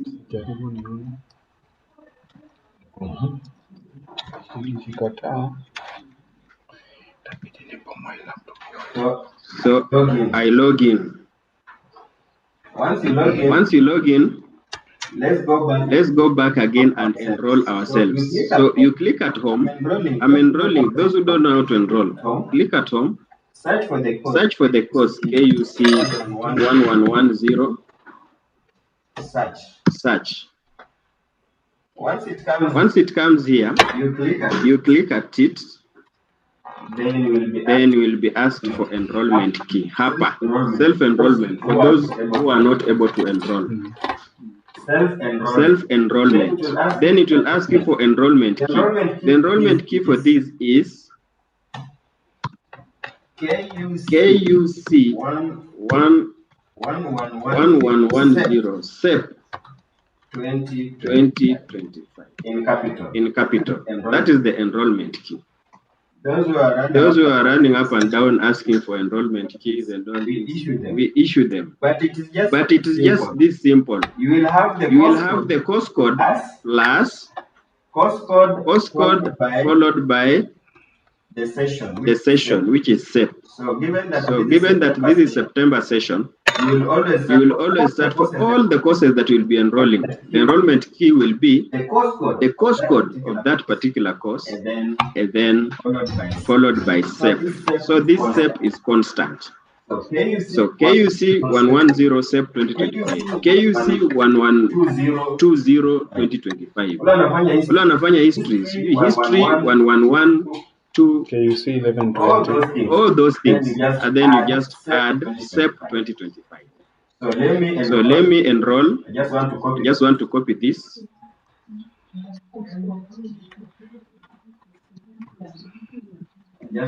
just want to copy this. I paste. Then I say enroll me. As simple as that. You can see it's displaying you are enrolled in this course. Once you are enrolled in, the attendance register is here. Click at it. The attendance register. And then you say submit attendance. Iko hapa. Submit attendance. You know this class is recurring every week. So we have Tuesday. Today. Next week it's here. Next week there will be a link here. So you cannot mark yourself before the day reaches. Wala wanafikiria mtamark alafu potee. Ya hii wiki ndio hii hapa. Ya hii wiki ndio hii hapa. Join class. Attendance for this week is here. So you just click at it like this. And it will give you 2 points. Huh?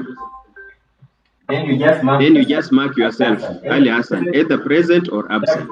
We have 2 options for you. You're either present or absent. Just this. Once you click present, then you say save changes. Evo. Nothing else. I don't know who has any question. Let me look at the YouTube. If you have any questions, on YouTube. If you have any questions, just post on YouTube right now. We want to tackle them. The class is supposed to run till 1, so we want to attend to your issues. CAT is online. And there is a CAT next week. That is communication from your lecturer. Wait. Join from outside. There is a CAT. Let me just check at the link. Anyone who has any question, Lisa Sai, we want to address those questions. Because this class will be this way throughout. You stay here. And it's this class and the KUC 1120. Let me check if there is any question in the group. Any question? For those who check for those who are going to change their courses, make sure you come to our office, ABD. Our office is this. Once they receive the new admission letter. ABD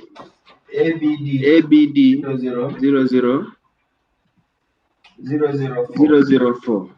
And you should come with the new admission letter. If at all you are changing the course, so that we update your details. Let me see if there's anyone else. Let me see if there's anyone else. We are addressing questions.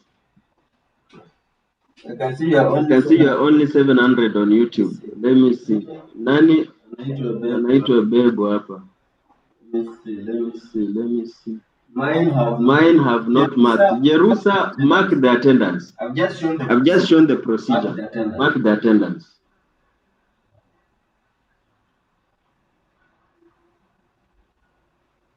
Let me check. Yeah, we have echoes because there are a lot of machines up here. But class hakukuwa na echoes. Mwalimu alikuwa peke yake.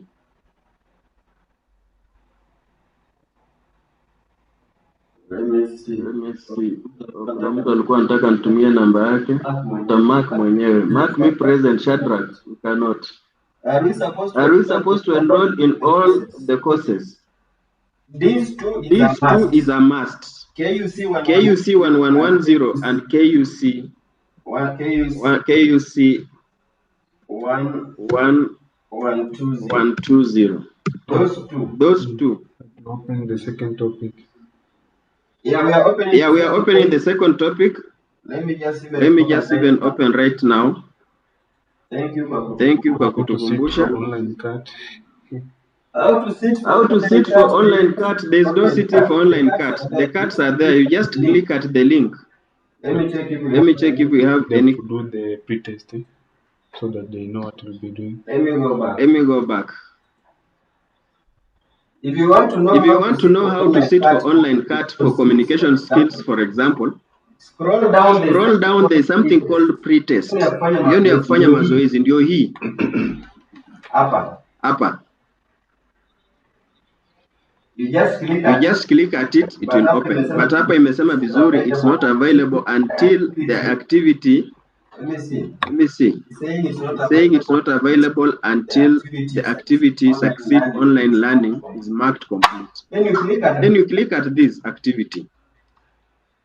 How to succeed online learning. Nasoma alafu nasema mark as done. So once it's done, go back to your course. Tuende kwa hiyo CAT, your pre-test. Those who want to know how to do the pre-test. Then it's here. Just click at it. Inakwambia attempt quiz. Ukifinya attempt quiz inaanza kurun. I don't want to attempt for this student. You follow. It's just multiple choice questions. A, B, C, D. You mark next. Mark next. See another question. Registration of units or embedded kwa department of ICT. Registration of units, go to your department. Or ICT. That is not e-learning. Therefore, enrollment is just for one time.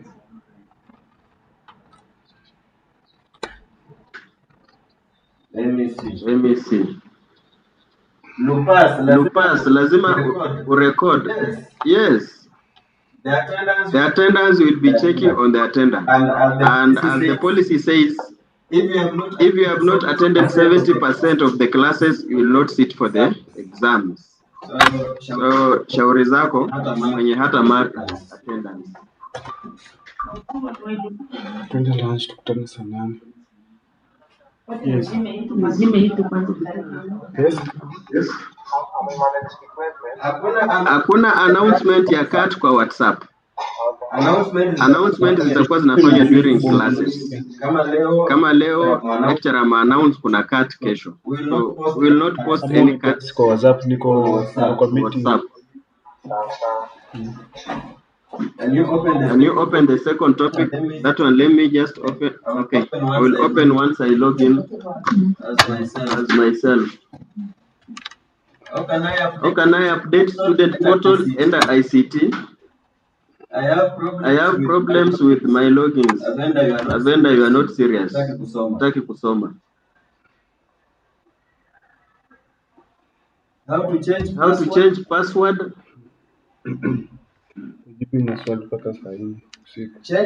Changing password, click at this. After logging in, there is this where your name is. Hapa juu. Hapa. Click at that link. Then go to preferences. Hapa. Then change password. Change password. So you'll be asked for the current password, which is your registration number or whichever. Then you give in the password you want, and you have to confirm. It's for Fanana, it's Qatar. So it means you have to know what you are doing. Kama hii nimeweka yenye hazifanani, look at what happens. Save changes. It cannot speak. Nakwambia invalid. So you make sure you know what you are doing. But I'm not changing for this student.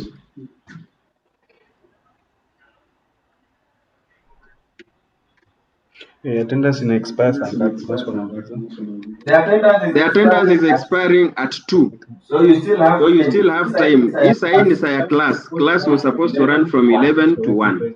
Every lesson. So the lecturer amepeana time kidogo ya kuwapitisha through the system. So hata kwa nini pia umeka kwa fundamentals. Waambie pia kwa every online lesson tutakuwa na hiyo. They should mark every day. All online lessons you must mark the attendance. Utaipata kwa portal. all online lessons mtamark attendance kwa portal. Ukikosa kumark hiyo siku ikiisha, we jua when we'll be downloading the attendance, you will have missed it out. Let me check questions again.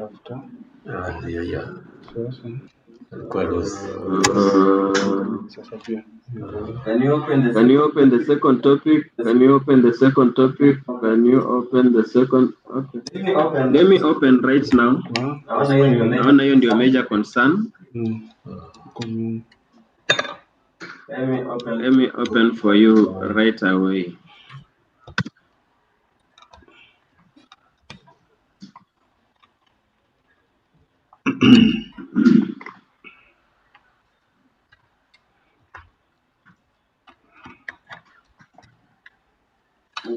Mwingine aliena swali uulize. Let me open the second topic.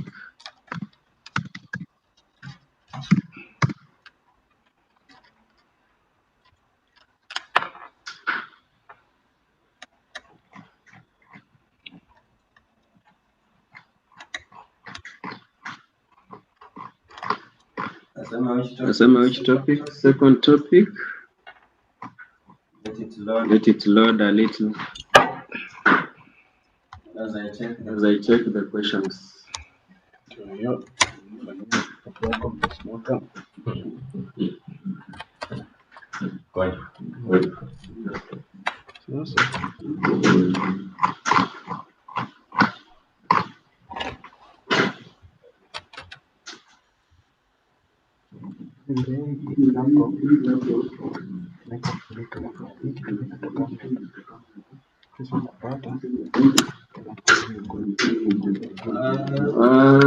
Someone didn't mark last.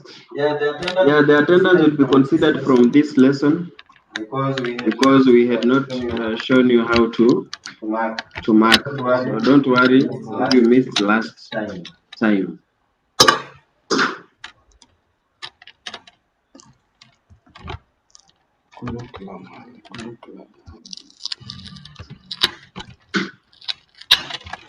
Let me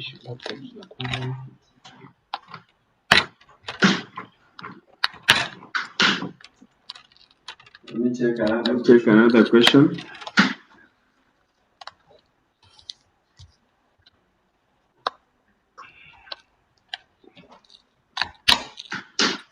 Yes, enrollment is done once, not every session. You will always see enrollment is only done once.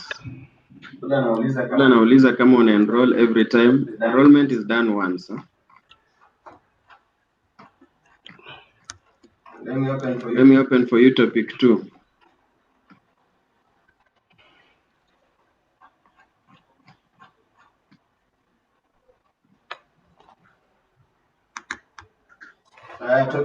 Topic 2 is now open.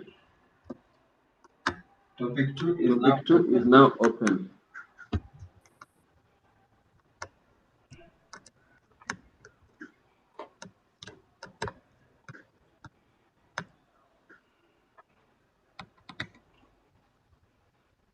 Topic 2 is now open.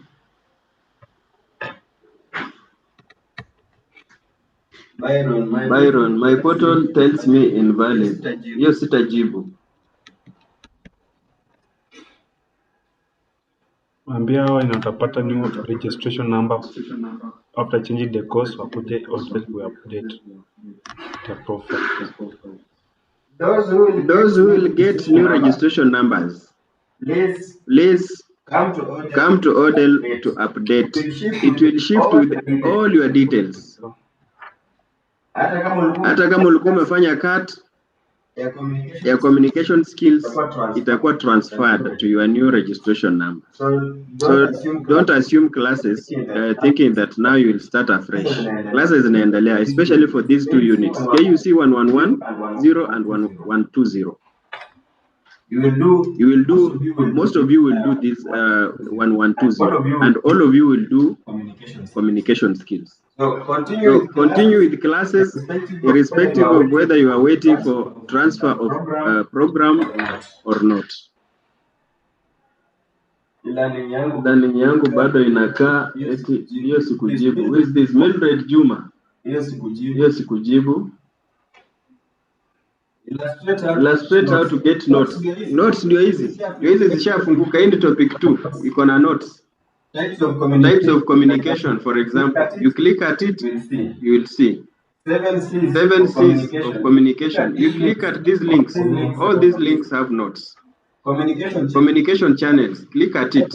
All these links. Let me check communication channels. Ndio hii imefunguka. Communication channels here. So kama unaongoja utatumiwa kwa WhatsApp, pole, we are not doing that.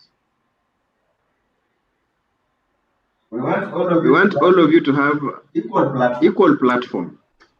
Sio mwingine amekufichia notes, mwingine maybe class rep anapata notes anaficha anakataa kuwatumia ama anawatumia late.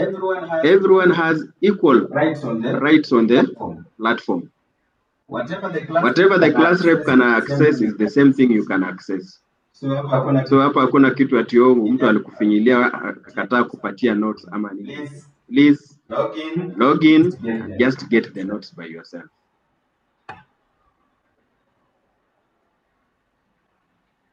Yes, cards. You can submit cards even if you've not paid fees.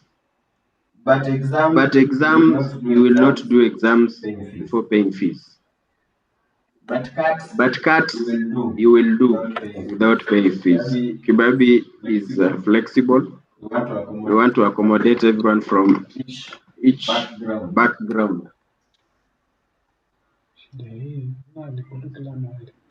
There was no attendance register for last lesson, please. Attendance tumeanza na leo. New admission napata wapi? Hiyo sasa. Hiyo hatujibu. Kwa sababu inapewa wale wenye wali request peke yao. That is the people that are given. So that one we are not answering. How to access notes? I've already answered.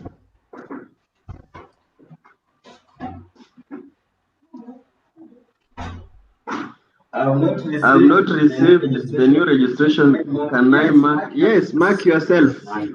All your details will move to your new registration number. So long as you put a registration number mpya, come to our office, we update your registration number. It will move with everything.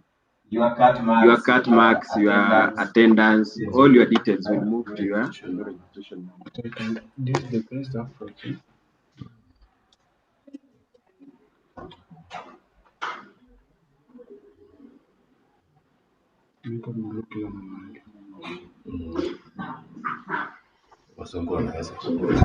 Transfer letter itakuja lini? Hiyo ni registrar. Get to mahali ulituma hiyo letter ya transfer. That is why you go again asking them. Nawauliza utatoa lini? Tena huko ndio utapata hiyo barua. So mahali uliuliza swali ndio mahali unaenda kujibiwa. Kama uli apply for transfer ukaika kwa ofisi fulani, hiyo ofisi yenye ulieka, go back there, jibiwe huko. Joan understood. Thank you for the guidances. Yeah, karibu. We are here to support you.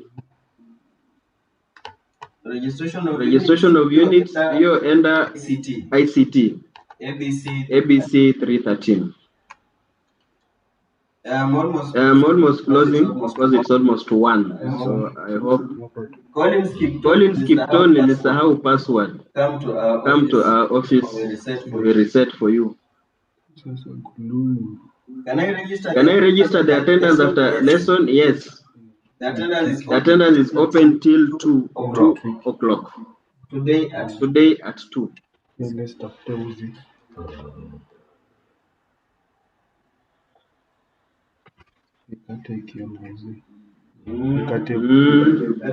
I think I've exhausted everything.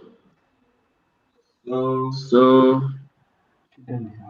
those who are asking for topic 2, it's now open.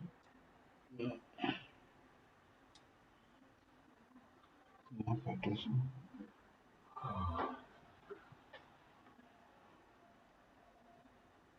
Why they glue everything? Everything they glue. This is not the best way. Okay. I think that's enough. You have fruitful lunch. Ni end is stream. Let's meet same time, same place. Sometime